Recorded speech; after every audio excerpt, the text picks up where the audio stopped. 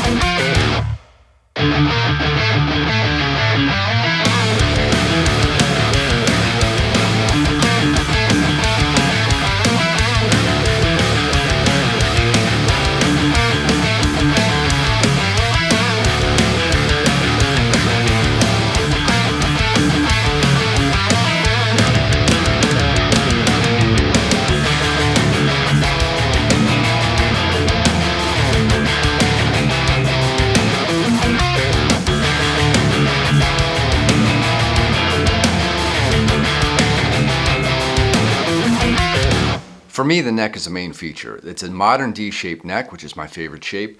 The fretboard is ebony, which is always the right choice, and it's got a compound radius of 10 to 14 inches.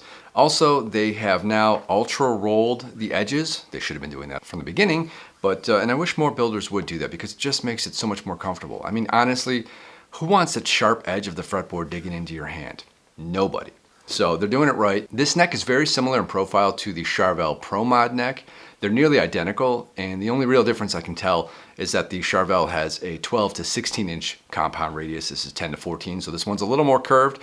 The differences between the two is negligible, and I really can't tell the difference. It's just very comfortable. You can play this guitar for hours. I like the fact that Fender has taken the time to identify with the younger, modern guitarist. There's a lot of options out there now, a lot of companies, so in order to stay relevant, you really have to stay on top of current trends and market demand, and I think they're doing a great job of it with this series right here, because a lot of people just want these modern appointments. They kind of expect more these days because, like I said, there's just too many options out there. And you know, if you want to stay tried and true to the old style vintage thing, that's fine. They still offer that, but they've got this for the person that, you know, the guitar player that just wants a little bit more. Now, some other features. Let's get into some of the details of the guitar overall. You've got some really nice tone knobs here. They're like rubber coated, grippy, so you can just have better grip on them, essentially. The tone knobs both have that no load position where they kind of lock out and then they're just not in circuit, which is really great because a lot of us modern musicians aren't using the tone knob anyway, so you can just kind of set it out there and forget it. It's never going to get bumped in, you know, accidentally. 5-voice selector switch. I will mention that the volume knob has the S1 switch built into it, which essentially is a spring-loaded push-push button in the center there of the knob. That S1 switch does something different on each different model that Fender makes. With the HSS configuration, it just puts the humbucker into a split coil mode, but with the 3 single coils or with the Telecaster, it does something a little bit different. Either way, it's a really nice feature, and there's a treble bleed capacitor built into it as well, so if you roll back the volume, you're not going to lose, you know, your high end and your signal, which is really nice. This is the latest iteration of their noiseless pickups here, the single coils, and this humbucker is their Haymaker. I haven't heard of it before, but it sounds pretty good. I like it a lot. These are medium jumbo frets, which I like. They feel very comfortable, and the fret end treatment is flawless, absolutely perfect, and it should be for this price range. Unfortunately, they're not stainless steel frets, but you really don't get stainless steel from Fender very often unless you're into the high end and the custom shop stuff, so that's okay. I prefer to have stainless steel frets. It's not a big deal. These are very well finished, very polished and smooth. There's no gritty feel to them at all, and what you would expect from an American-made Fender. And again, in this price range. This guitar currently retails for $2250 here in the US, and you know, it is what it is. I mean, you're buying from a legacy brand. You're getting one of their top-of-the-line instruments that they currently offer, and this definitely fits the bill. As far as the contours of the body, it's a little more modern, a little more scooped out here and there. Some nice carve outs. It just makes it just looks nicer. It's very comfortable. Easy upper fret access for if you're shredding up here near the 24th fret. And it just feels great. I mean, right off the bat, as soon as I took this out of the case, it just felt like home. I mean, I already own a couple of Fender Strats, some older ones, but this thing is just like the next level. It's definitely a guitar for the modern musician. The tuners are really nice too. They're Fender's own locking tuners, and they're all short post, which makes a lot of sense because it's not a tilted back headstock. So in order to keep the string break angle a little bit steeper, they're just short posts, which is nice because then it eliminates at least one of the string trees. So there's still one here. You could probably take it off if you wanted to. I'm not a big fan of string trees, just the look of them, but I understand their functionality. But these short posts are really nice. In fact, I had considered getting these short-posted Fender tuners for one of my Charvels. I might do that down the line. Graphtec nut. Most of the time you see a bone nut or some bone version, you know, some synthetic bone version nut for Fender Strats. This one is the Graphtec nut, which is, you know, it's kind of lubricated so the strings slide through it a little bit easier when you're doing your dive bombs and all that stuff with the whammy bar. And this whammy bar, or rather this trem, system is, to me, very comparable to the Godot 510 bridge in its feel and its functionality. It has a pop-in arm, which is nice, and in fact it snaps in so tightly that it kind of takes two hands to pull it out. If I can kind of demonstrate, I mean, you really got to pull on this thing to get it out, but it stays in place, and you really got to snap it down hard.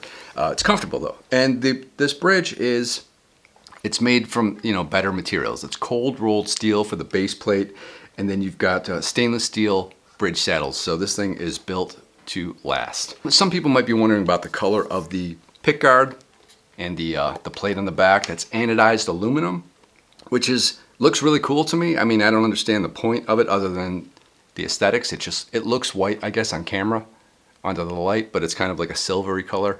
That's very nice, and I had to get this in Texas tea because that's just one of my favorite colors that they offer.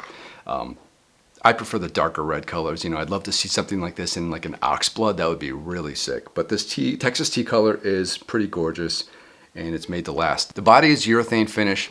The neck is an ultra satin urethane finish, so it's a lot smoother, and it doesn't get very sticky. I'm somebody who prefers a dry neck completely, but this is pretty much the closest thing to that. The neck joint looks great.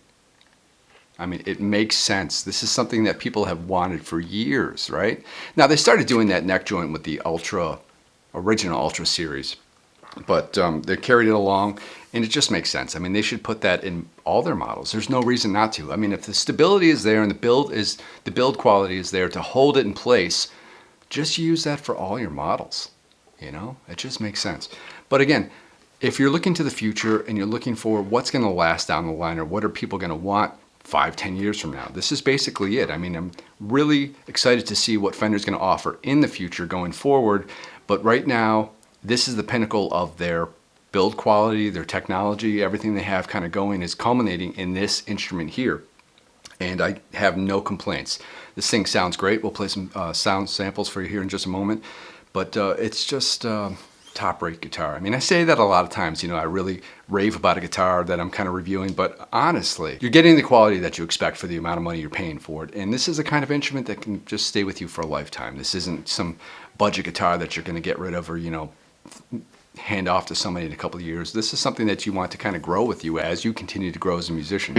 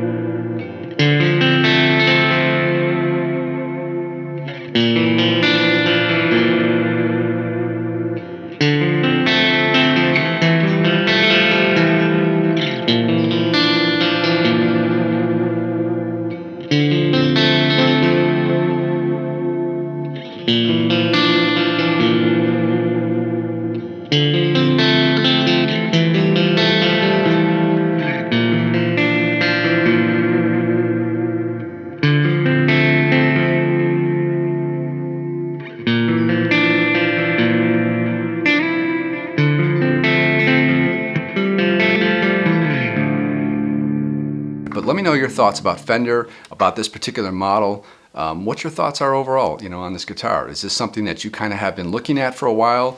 Do you wish that they would kind of push the boundaries, push the envelope a little bit further as far as their, speccing this out for the modern musician? What are your thoughts on it? I kind of want to know from you guys. But for me, I think this is right where they need to be. I think Fender is doing a great job at looking to the future, at considering what it is that we want as musicians as things just evolve over time. So just got to rave about this one. I really love this one a lot. So if you want to get more details about this guitar, I've got a link down below in the description to Zounds.com. They've got this guitar in stock, and this model comes in 5 different colors. I'm not the first person to review this guitar, but I'm definitely the last.